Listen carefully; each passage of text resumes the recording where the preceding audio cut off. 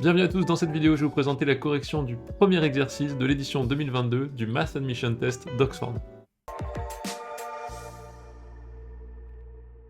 Comme d'habitude dans le Math Admission Test, ce qu'il faut c'est vraiment bien lire l'énoncé, bien l'analyser et être sûr de comprendre de quoi on parle. Donc how many real solutions, combien de solutions réelles x existe-t-il à l'équation suivante?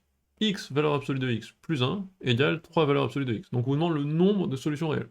Très bien.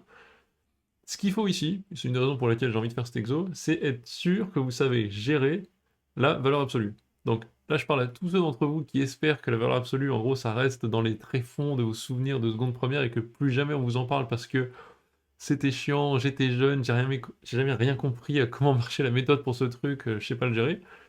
En fait, là, je vous décris moi à l'époque, hein. Ça, en gros, c'est une question piège pour tous ceux d'entre vous qui correspondent à la situation que je viens de décrire. C'est une question où, en gros, on panique, c'est bizarre. En plus, c'est pas du tout comme on faisait en seconde première au lycée français. Il n'y a pas du valeur absolue tout seul, il y a un x, donc ça fait un genre de x carré. C'est galère. Mais en fait, si vous maîtrisez la méthode de comment est-ce qu'on gère une valeur absolue, comment est-ce qu'on transforme une équation, quelles sont les étapes à prendre, si vous savez faire ça, ce qui est pas compliqué en soi, je vais vous montrer, alors c'est une promenade de santé et vous pouvez faire ça en 30 secondes. Donc, réflexe absolu, je vous le mets ici, pour une valeur absolue de x, pour une valeur absolue en général, distinguer les cas. Donc vu que la valeur absolue, sa définition, c'est valeur absolue d'un nombre vaut ce nombre s'il est positif, du genre, je sais pas, valeur absolue de 5, bon bah c'est 5. Mais ça vaut moins le nombre si le nombre est négatif, bah en effet, valeur absolue de moins 5, c'est pas égal à moins 5, c'est égal à 5, et en fait 5 c'est moins le nombre moins 5. Voilà. Si vous savez ça, enfin, vous avez la définition, vous appliquez cette définition et vous écrivez plusieurs cas. C'est-à-dire qu'on va écrire cette équation dans un cas quand x est positif, dans un cas quand x est négatif, histoire de se débarrasser de ce symbole et d'avoir plus que des x, mais juste un peu contraint dans les valeurs qu'ils peuvent prendre. Donc on va arranger l'expression avant de faire une distinction de cas. Donc pour arranger l'expression, qu'est-ce qu'on fait? On met tous les valeurs absolues de x ensemble. Et... Oh non, même pas. Je vous dis ça, pas du tout ce que j'ai fait. On les met pas ensemble, on arrange l'expression, c'est-à-dire on remplace x valeur absolue par x ou moins x selon les cas. Donc je vais dire qu'il y a un cas sur R+, donc là je vais remplacer, pour les x sur R+, je remplace valeur absolue de x par x, je trouve donc x fois x, x carré plus 1 égale 3 fois x. Bon. Je fais la même chose sur R-. Sur R-, j'écris x fois valeur absolue de x c'est moins x, donc ça fait moins x carré plus 1 égale moins 3x. Top. Maintenant je réarrange tout. Je vois que c'est des polynômes du second degré que j'ai ici. Voilà, tout ce que j'ai, c'est un polynôme du second degré x carré moins 3x plus 1. Je mets le moins 3x là. Puis x carré, donc je le fous là-bas, moins 3x, moins 1 en mettant le moins 1 là-bas aussi, égale 0. Sur R-. Pas compliqué, je vais vous montrer la méthode de base, hein, le truc le plus simple, c'est quoi? On fait les deltas. Le Discord, j'en parle tout le temps, on est maintenant plus de 1200, n'hésitez pas à le rejoindre, c'est une communauté ultra positive, on parle de physique, d'informatique, on parle d'orientation, les gens répondent à vos questions de manière bienveillante, c'est vraiment chouette, beaucoup de partage. Allez, je vous laisse pour la suite de la correction, bye bye. Donc on calcule le delta pour l'équation numéro 1, delta 1, et on regarde, ça vaut moins 3 au carré moins 4 fois 1 fois 1, donc b carré moins 4ac, ça fait 9 moins 4, ça fait 5. Très bien, j'ai donc deux solutions. S1, ensemble des solutions de l'équation 1, égale 3 moins racine de 5 sur 2, 3 plus racine de 5 sur 2. Là j'ai dit valide, valide, pourquoi? Parce qu'on a dit que pour l'équation 1, c'était pour les x positifs. J'ai bien deux solutions, et ces deux solutions-là sont positives. Racine de 5, c'est plus petit que racine de 9, donc c'est plus petit que 3. Donc 3 moins racine de 5 est positif, ça aussi. Comme ce sont deux racines qui existent du côté positif, on a bien deux racines à l'équation qui sont dans l'ensemble de définition. Même chose ensuite pour delta 2. Pour l'équation numéro 2, je calcule. Qu'est-ce que je trouve 9, cette fois-ci, plus 4, donc ça fait 13. Je trouve 3 moins racine de 13 sur 2, 3 plus racine de 13 sur 2. Là, je suis sur R-. Donc du côté négatif, j'ai quoi? J'ai une solution qui est négative, donc c'est parfait, elle est négative, on est bien sur R-, donc je suis content. J'ai une solution négative qui est bien sur R-, et une solution positive. Là, malheureusement, cette solution positive ne m'intéresse pas.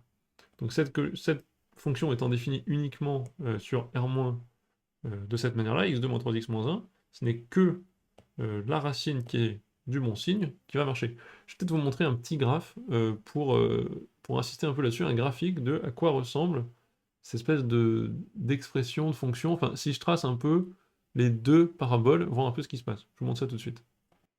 Je vous ai tracé les deux paraboles. Je me rends compte que pour la parabole x carré moins 3x plus 1, j'ai bien deux solutions positives.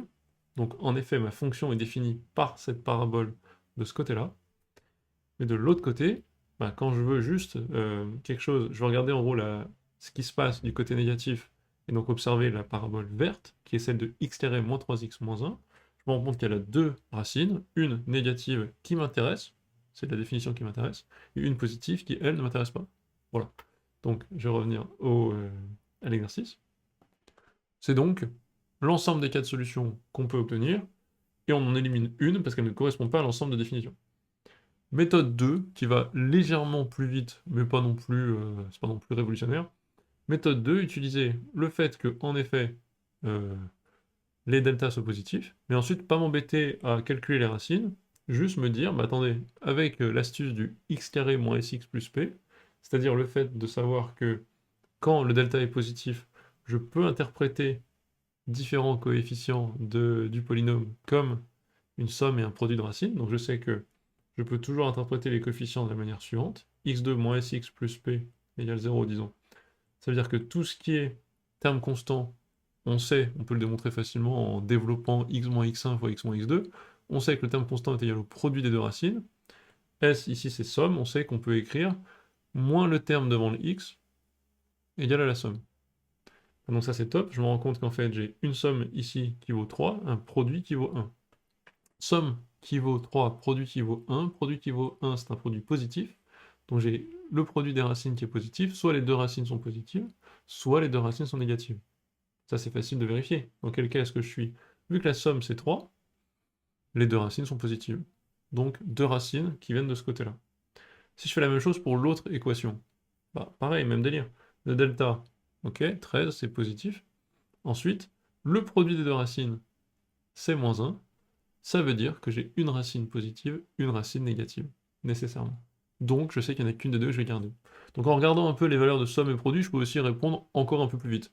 Moi je vous dis ça uniquement parce que le but de ces concours, c'est d'aller super vite, de faire vite ces questions, il y en a quand même beaucoup. Vous avez 2h30 pour tout faire, et vous avez 1 heure pour faire une dizaine de questions du niveau de celle-ci, voire un plus dur. La première est toujours assez simple.